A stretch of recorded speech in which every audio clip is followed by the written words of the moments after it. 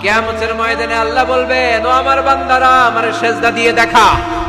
কারা কারা দুনিয়াতে সেজদা দিয়েছিলি, আজকে এই কিয়ামতের ময়দানে আমারে সেজদা দিয়ে দেখা। আমরা যারা দুনিয়ার বুকে সেজদা দিয়েছি, আমরা আল্লাহু আকবার বলে সেজদায় লুটিয়ে পড়ব, আলহামদুলিল্লাহ পড়েন।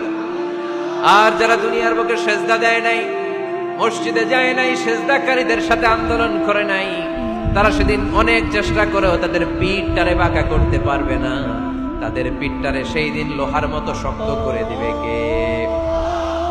يوم يكشف عن ساق ويدعون إلى السجود فلا يستطيعون।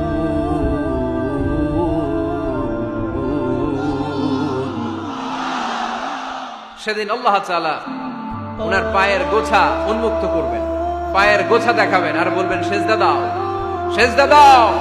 কারা দুনিয়াতে সেজদা দিয়েছো এখনই টের পাওয়া যাবে। আমরা আল্লাহু আকবার বলে সেজদায় লুটিয়ে পড়ব।